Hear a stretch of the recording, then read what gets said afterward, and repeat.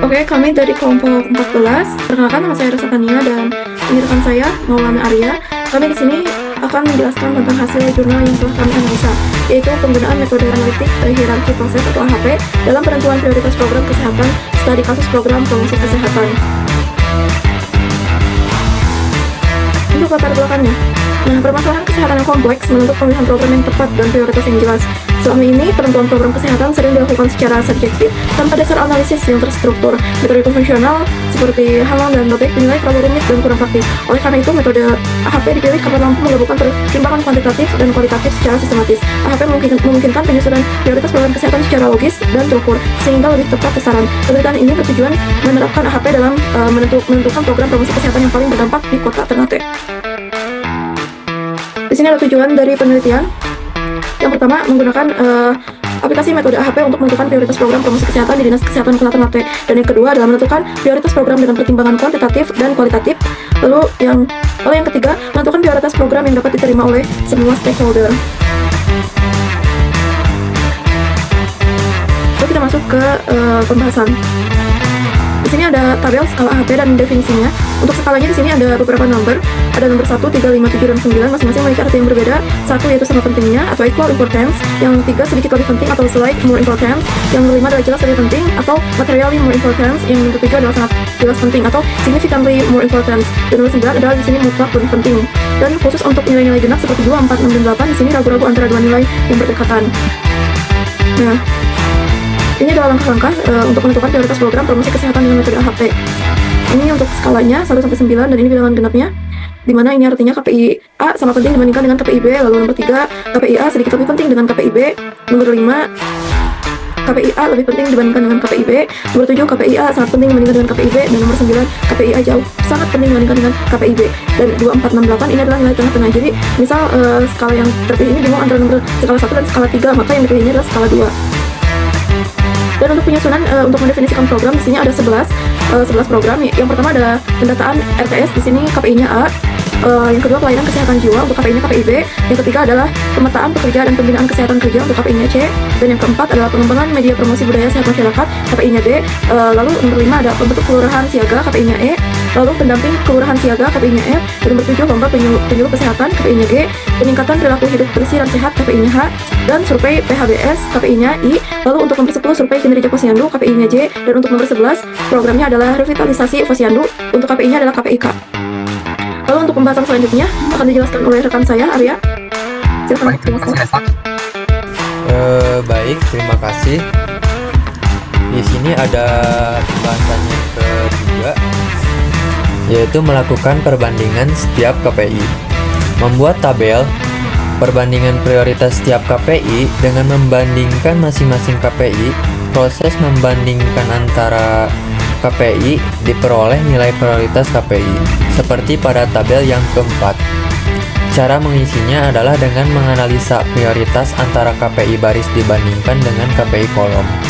Jika prioritas KPI A, yaitu baris, dibanding KPI B, yang kolom, sama dengan 5, maka prioritas KPI A yang baris dibanding KPI B yang kolom sama dengan 1 berbanding 5.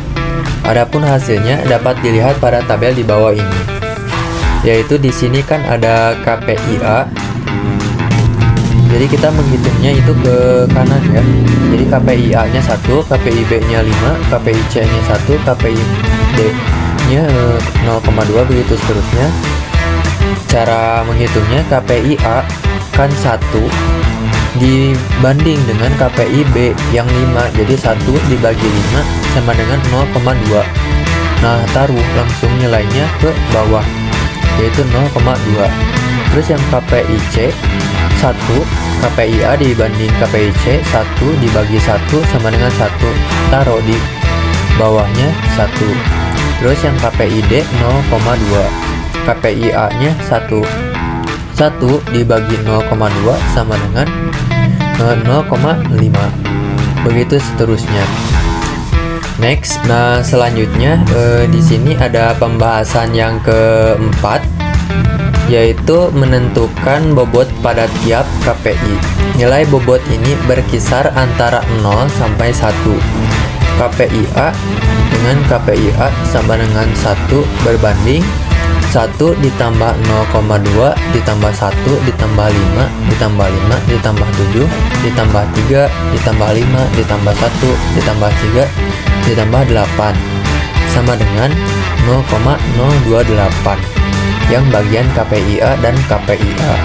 Terus yang KPIB dan KPIA sama dengan 0,2 berbanding 1 ditambah 0,2 ditambah 1 ditambah 5 ditambah 5 ditambah 7 ditambah 3 ditambah 5 ditambah 1 ditambah 3 dan ditambah 4 sama dengan 0,006. Ini pada bagian KPIB berbanding dengan kriteria KPIA. Dan begitu seterusnya, cara menghitungnya sama seperti yang KPIA dan KPIA, KPIB dan KPIA. Next, baik, pembahasan selanjutnya yaitu nilai bobot setiap program promosi kesehatan berdasarkan skala prioritas di Dinas Kesehatan Kota Ternate tahun 2007. Mencari nilai bobot untuk masing-masing KPI dengan melakukan penjumlahan setiap nilai bobot prioritas pada setiap baris tabel dibagi dengan jumlah KPI sehingga diperoleh bobot masing-masing, yaitu 1 KPIA sama dengan 0,028 ditambah 0,098 ditambah 0,029 ditambah 0,022 ditambah 0,034 ditambah 0,05 ditambah 0,013 ditambah 0,015 ditambah 0,01 ditambah 0,014 dibagi 11 atau jumlah alternatifnya dari KPIA sampai KPI K yang menghasilkan jumlahnya yaitu 0,0313 atau kalau dipersenkan sama dengan 3,13%. Ini kita menghitung yang KPIA, kalau yang di tabel itu yang nomor 9 yang hasilnya prioritas program Promkes-nya itu 7 dalam angka Romawi. Terus cara penghitungan KPIB 0,006 ditambah 0,02 ditambah 0,14 ditambah 0,016 ditambah 0,019 ditambah 0,039 ditambah 0,008 ditambah 0,015 ditambah 0,015 ditambah 0,031 ditambah 0,011 dibagi 11 atau jumlah alternatifnya yang ada 11 sama dengan 0,0176. Kalau dipersentan itu 1,76%. Yang KPIB kalau di tabel dilihatnya ada di nomor 11. Yang prioritas program Promkes-nya itu 10. Nah, setiap KPI dan KPI persennya udah dicari semua dengan penghitungan yang sama. Yang dilihat dari tabel sebelumnya dijumlahkan semuanya menjadi jumlahnya yang KPI itu jumlahnya ada 1, kalau dipersenkan itu jadi 100%. Prioritas program Promkes-nya ada 11 semuanya ya. Next. Oke. Jadi untuk persentase KPI-nya di sini seperti yang rekan saya barusan jelaskan ya. Dengan nilai KPI jumlah dan setelah diperhitungkan ada 0,28,65 setelah dipresentasikan menjadi 28,65%.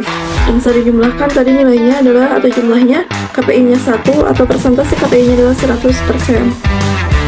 Dan untuk prioritasnya sendiri di sini sudah bisa ditentukan ya mana yang prioritas pertama sampai dengan yang akhir.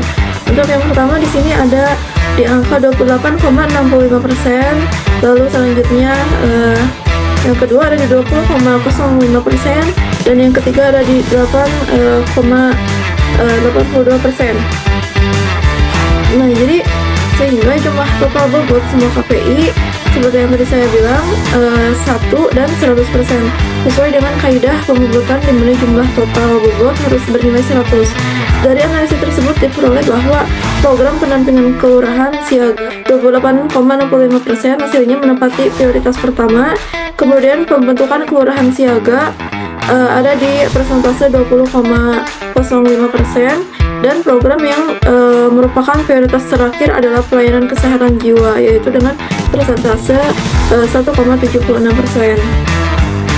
Untuk kesimpulan presentasi kami di sini, jadi penelitian ini menunjukkan bahwa metode AHP ini efektif digunakan untuk menentukan prioritas program kesehatan secara sistematis dan terukur dengan membandingkan setiap program promosi kesehatan secara berpasangan. AHP membantu pengambilan keputusan menentukan program mana yang paling penting untuk dijalankan lebih dulu. Hasil analisis menunjukkan bahwa program pendamping kelurahan siaga atau KPIF memiliki prioritas tertinggi, diikuti oleh pembentukan kelurahan siaga yaitu KPIE. Sementara program pelayanan kesehatan jiwa atau KPIB memiliki prioritas paling rendah dari 11 program dinilai. Dibanding metode lain seperti Hanlon, Delbecq atau PARL, AHP lebih mudah dipahami dan diterima karena mempertimbangkan faktor kuantitatif dan kualitatif. Metode ini juga bisa membantu stakeholder mengambil keputusan yang lebih objektif dan berdampak nyata terhadap peningkatan derajat kesejahteraan masyarakat. Alhamdulillah, kita telah sampai di penghujung sesi pemaparan materi mengenai penggunaan metode analitik hierarki proses atau AHP dalam menentukan prioritas program promosi kesehatan. Semoga penjelasan yang telah disampaikan dapat menambah pemahaman kita semua, khususnya dalam penerapan metode pengambilan keputusan yang lebih objektif dan terstruktur di bidang kesehatan masyarakat. Saya sebagai moderator mohon maaf apabila ada kekurangan dalam membantu jalannya acara. Akhir kata, wassalamualaikum warahmatullahi wabarakatuh.